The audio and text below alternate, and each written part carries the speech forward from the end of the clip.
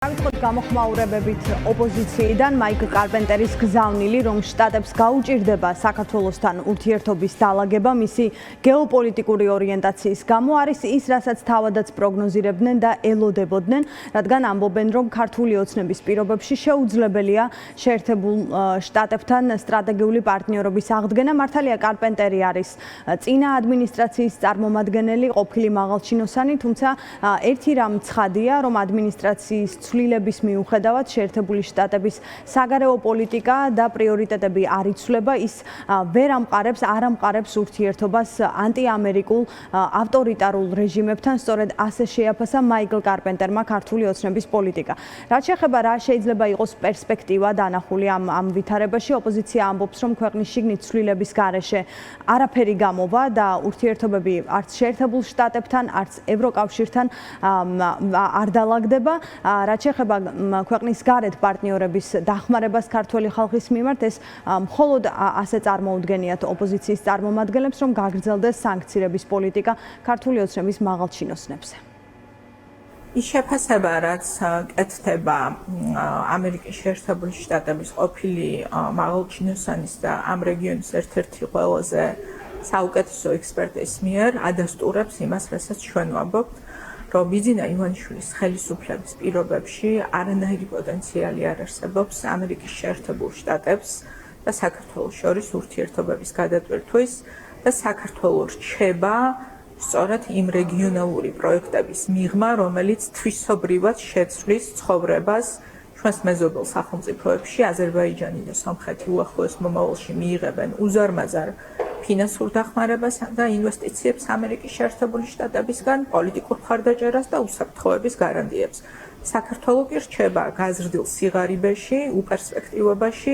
ერთადერთი შანსი, რომ ჩვენ შევინარჩუნოთ სტრატეგიული პარტნიორობა ამერიკის შეერთებულ შტატებთან და ვიაროთ ევროპული მომავლისკენ, ეს არის ის, რომ რაც შეიძლება მალე დავასუსტოთ და ჩამოვაშოროთ ოცნება იმ მიტაცებულ ხელისუფლებას, რაც მან ძალადობრივად მიიტაცა ქართული ხალხისგან. იმიტომ რომ დღევანდელი ოცნების პირობებში, აი ამ რეჟიმის პირობებში უბრალოდ შეუძლებელია ჩვენ ვისაუბროთ ცივილურ სამყაროსთან ურთიერთობების განახლებაზე. რაც შეეხება ქართული ოცნების პასუხს, როგორც მოსალოდნელი იყო ხელისუფლება კრიტიკაზე მწვავედ რეაგირებს და ამჯერად მაიკლ კარპენტერი გახდა ქართული ოცნების წარმომადგენლების მთავარი სამიზნე, მას ადანაშაულებენ ომში ჩათრევის მცდელობასა თუ იძულებაში. დღეს სპიკერი ქართული ოცნებიდან იყო ირაკლი ქადაგიშვილი და ის ასეთ რამეს ამბობს, რომ ქართულ ოცნებას არ შეუცვლია კურსი, უბრალოდ ის არ თანხმდება დასავლეთს, რომ ჩაერთოს რუსეთ-უკრაინის ომში. ასეთ შეთქმულების თეორიას თუ ამ ნარატივს დღესაც ავრცელებდნენ ქართულ ოცნებაში. რაც შეეხება ბრალდებას ავტორიტარიზმისკენ გადახრის შესახებ, დღეს ოცნებაში ირწმუნებოდნენ, რომ პირიქით ქვეყანაში დემოკრატიაა და ამ შეფასებებს იმიტომ აკეთებენ პარტნიორები, რომ მათ არ მოსწონთ ქართული ოცნების მიერ დამყარებული მშვიდობა. ჩვენ იმას ვაყარებთ, რომ ამდაგვარი ბატონები აღარ იქნებიან ამერიკული პოლიტიკის განსაზღვრელები. თუ ისევ ესენი იქნებიან ამერიკული პოლიტიკის განსაზღვრელები, რა თქმა უნდა, მათი კურსი რა იყო, რომ საქართველოს ომში ჩართულიყო რუსეთის წინააღმდეგ. ჩვენ ეს არ გავაკეთეთ.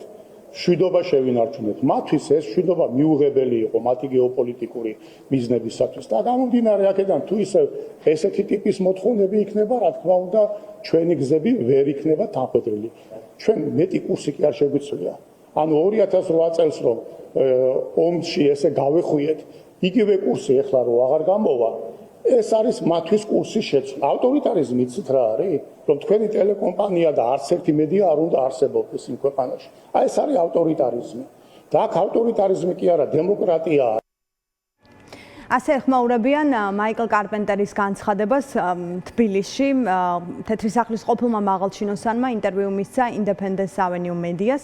ის საუბრობდა რეგიონში მიმდინარე მოვლენებზე, სომხეთსა და აზერბაიჯანს შორის მიღწეულ შეთანხმებაზე და საუბრობდა საქართველოს როლზე, ამბობდა, რომ ის ნელ-ნელა კარგავს მის როლს კავკასიაში მისი გეოპოლიტიკური ორიენტაციის გამო, რომელიც რადიკალურად შეცვალა ქართულმა ოცნებამ ბოლო 2 წლის განმავლობაში და თუ კი არაფერი შეიცვლება გეოპოლიტიკურად, თუ პოლიტიკურად ქვეყნის შიგნით, კარპენტერის თქმით, შეერთებულ შტატებს გაუჭირდება ამ ქვეყანასთან, ასეთ ქვეყანასთან პარტნიორული ურთიერთობების აღდგენა.